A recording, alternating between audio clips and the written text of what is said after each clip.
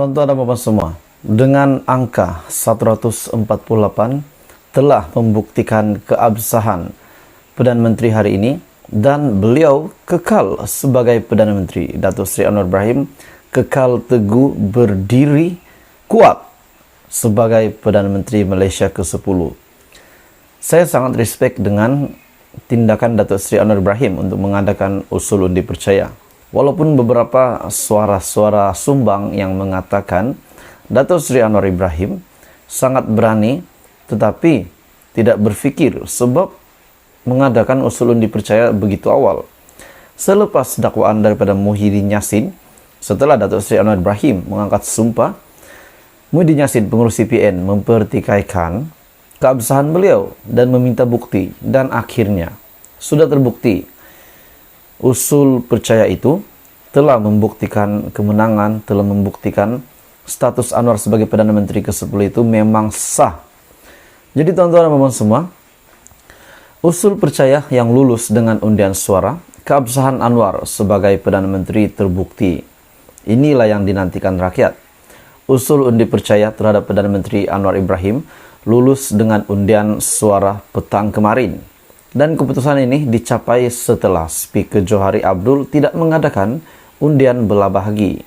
Dengan keputusan ini, Anwar kekal sebagai Perdana Menteri kira-kira 3 minggu lepas selepas mengangkat sumpah jawatan, selepas membentuk kerajaan perpaduan dengan BN dan parti-parti dari Sabah dan juga Sarawak. Melalui undian suara, anggota parlimen perlu berkata setuju atau tidak bersetuju terhadap sesuatu usul.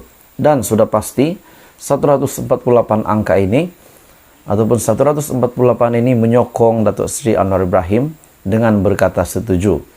Tuan-tuan dan puan semua, sebelum saya meneruskan berita hari ini, tolong saya meminta jasa baik kamu, kerjasama kamu, tekan butang subscribe dan share video ini supaya saya dapat mencapai 100.000 subscriber sebelum penghujung Desember. Terima kasih semua. Angka 148 dapat menjamin kestabilan politik. Ini saya sangat suka kenyataan ini daripada Sinar Harian. Dan untuk pengetahuan tuan-tuan dan puan semua, kali terakhir sebuah parti politik meraih sokongan majority 2/3 meraih majority 2/3 kerusi parlimen atau angka Majlis 148 MP adalah pada PRU ke-11 tahun 2004.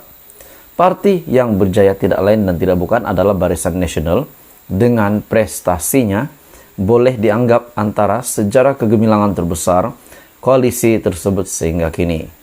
Ditambah BN pada PRU ke-10 berdepan penolakan sokongan pengundi Melayu di bawah kepimpinan Perdana Menteri keempat Tun Dr. Mahathir Mohamad. Strategi koalisi itu mengetengahkan Mr. Clean Tun Abdullah Ahmad Badawi mengambil ahli kedudukan sebelum berlangsungnya PRU ke-11 adalah sangat bijak. Jadi tuan-tuan dan puan semua, sekiranya 148 kerusi ini memang mereka semua berkata setuju sebulat suara mengundi Datuk Seri Anwar Ibrahim di dalam usul undi percaya, dan setelah disahkan oleh Speaker Johari Abdul, di mana beliau tidak mengadakan undian belah bahagi lagi. Adakah ini juga bermakna Muhyiddin Yassin kalah teruk?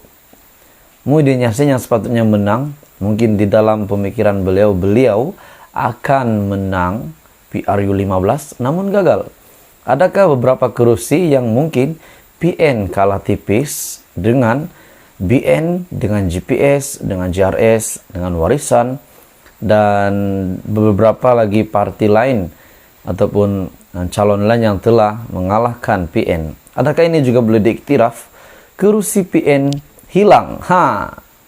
Dengan kemenangan, dengan gabungan kerajaan perpaduan daripada gabungan parti politik, dan mereka membentuk kerajaan, dan akhirnya adakah kita boleh mengiktiraf kerusi yang PN sepatutnya menang pada PRU 15 tetapi mereka kalah? Adakah ini kita boleh iktiraf ataupun kita boleh cakap bahwa PN hilang kerusi? Hilang kerusi dan tidak dapat membentuk kerajaan. Namun Muhyiddin Yassin sendiri akhirnya mengaku mereka akan menjadi pembangkang yang berwibawa daripada kenyataan media semalam. Jadi tuan-tuan dan puan semua, apa komen Anda berita hari ini? angka 148 akan mencapai kestabilan politik. Saya sangat setuju. Keputusan 4 adun yang perlu mengosongkan kerusi DUN Pulau Pinang pada tahun hadapan menjadi semakin hangat hari ini. Baru saja selesai usul undi percaya. Dengan berita ini yang masih diteruskan, isu ini yang masih diteruskan, berkenaan dengan 4 adun ini yang dilihat ingin mencabar mahkamah berkenaan dengan RUU anti lompat party.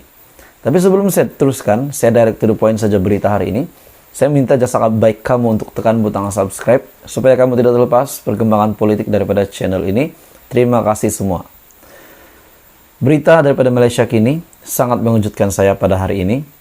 Keputusan jika 4 adun perlu mengosongkan kerusi DUN Pulau Pinang pada tahun hadapan.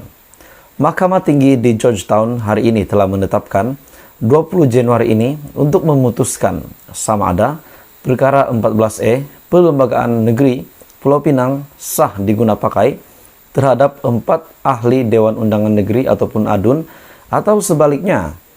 Pesuruhjaya Kehakiman Mahkamah Tinggi Azizan Muhammad Arsyad menetapkan tarik itu selepas mendengar hujah Peguam Cheh Tan Jetwani yang mewakili kesemua keempat ADUN itu dan Peguam Surendra Anand yang mewakili DUN Pulau Pinang dan speakernya Datuk Low Chu Kiang.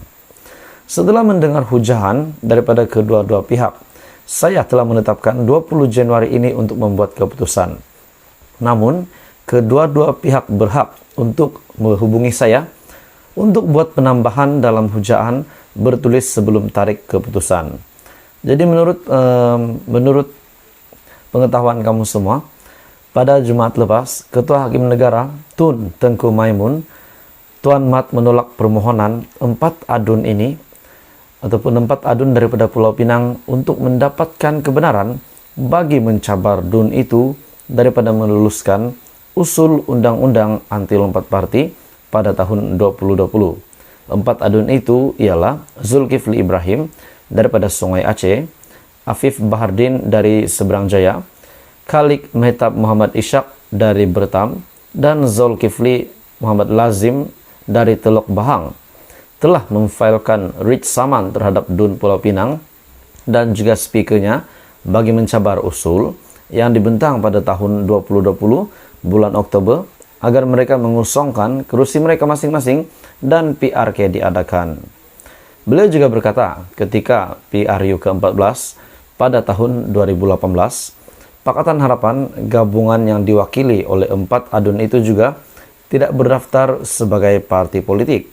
Namun Surendra berhujah bahwa Mahkamah Persekutuan telah memutuskan DUN berhak menggubal undang-undang bagi menentukan kelayakan ahlinya.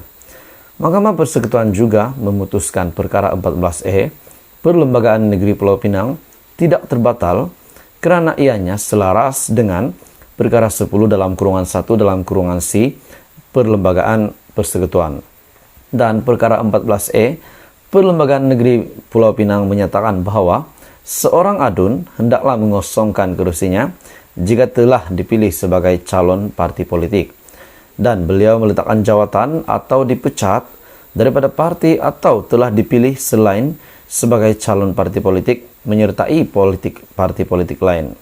Jadi 4 adun ini nampaknya akan mendapat keputusan muktamad kepada mereka pada Januari hadapan, di mana menurut kenyataan hari ini Mahkamah Tinggi di Georgetown menetapkan 20 Januari untuk memutuskan sama ada perkara 14E Perlembagaan Negeri Pulau Pinang sah diguna pakai terhadap 4 ahli Dewan Undangan Negeri ADUN ataupun sebaliknya.